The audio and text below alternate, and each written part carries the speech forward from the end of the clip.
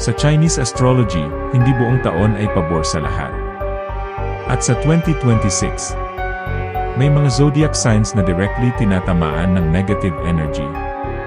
Pinakamala sa 2026, may signs na makakaranas ng bad timing. May signs na makakabangga ng maling tao.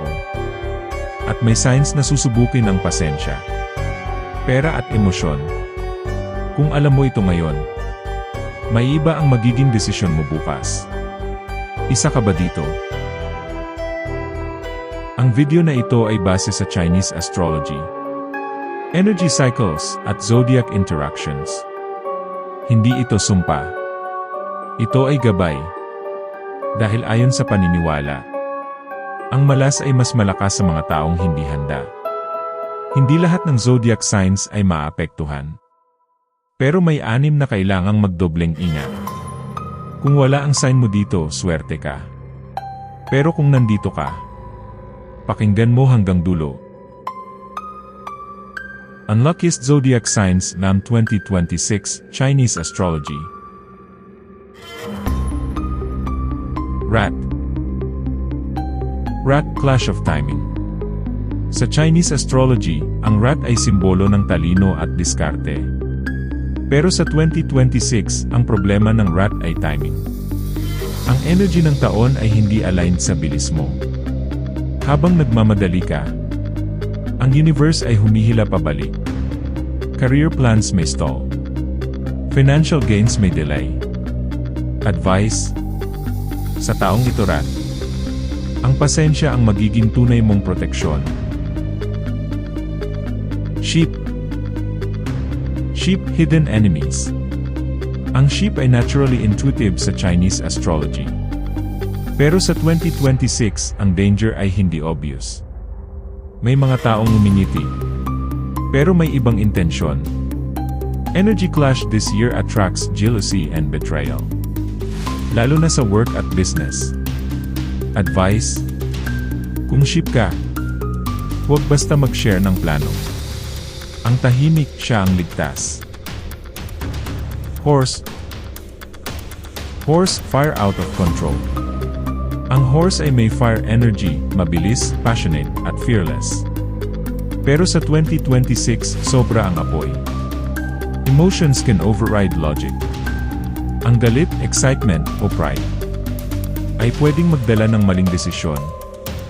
Relationship conflicts are likely. Lalo na kung hindi ka marunong umatras. Advice: horse, ang tunay na lakas sa 2026 ay ang pagpigil sa sarili. Monkey. Monkey, weak earth energy. Ang monkey ay sensitive sa energy ng paligid. At sa 2026, mahina ang earth support para sa iyo. This causes self-doubt, takot sa risk, at emotional exhaustion.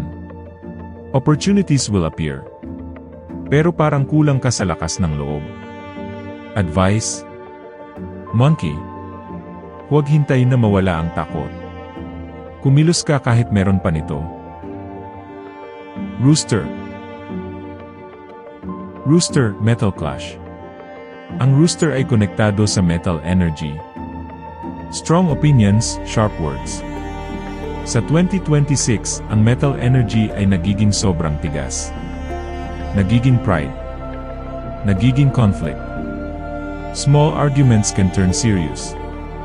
Isang salita lang, pwedeng masira ang relasyon. Advice: rooster, hindi lahat ng tama kailangang ipaglaban. Dog. Dog, drain of resources. Ang dog ay simbolo ng abundance. Pero sa 2026 may energy drain. Money goes out faster than it comes in.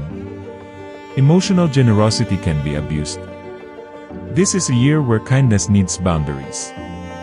Advice: dog, ang pagtanggi minsan ay hindi kasalanan. Ito ay proteksyon. Astrological reminder. Sa Chinese astrology, walang permanenteng malas. Ang taon na mahirap ay kadalasang taon ng paghubog.